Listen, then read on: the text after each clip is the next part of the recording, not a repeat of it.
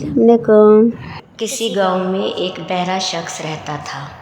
ایک دن اس کا ہمسایہ بیمار پڑ گیا۔ سب گاؤں والے اس کی عیادت کے لیے گئے۔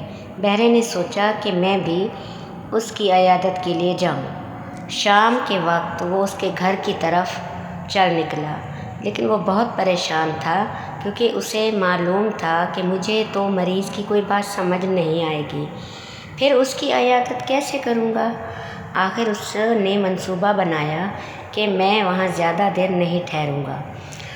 تو اس نے سوچا کہ مریضوں سے عموماً 3 سوال پوچھے جاتے ہیں۔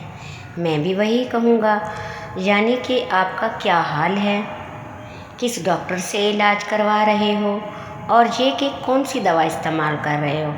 یہ سوچتے ہوئے وہ مریض کے گھر پہنچا۔ بہرے نے سلام کے جواب کے بعد پہلا سوال کیا، آپ کا کیا حال ہے؟ مریض اس وقت سخت تکلیف میں تھا۔ اس نے کہا، میں مر رہا ہوں۔ بہرے نے سمجھا کہ کہہ رہا ہے کہ میں ٹھیک ہوں۔ اس نے جواب دیا، چلو اللہ کا شکر ہے۔ یہ جواب سن کر مریض غصے ہو گیا۔ بہرے نے دوسرا سوال کیا، کس ڈاکٹر سے علاج کروا رہے ہو؟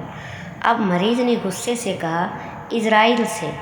بہرے نے سنا تو اندازے سے جواب دیا، بہت اچھا ڈاکٹر ہے، اس کا علاج جاری رکھنا۔ مریض یہ سن کر غصے سے لال پیلا ہو گیا۔ تیسرا سوال اس نے یہ کیا کہ کون سی دوا استعمال کر رہے ہو؟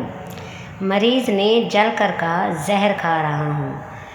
بہرا بولا، اچھی دوا ہے، ناغہ نہ کرنا، اللہ نے چاہا تو بہت جلد شفا ہوگی۔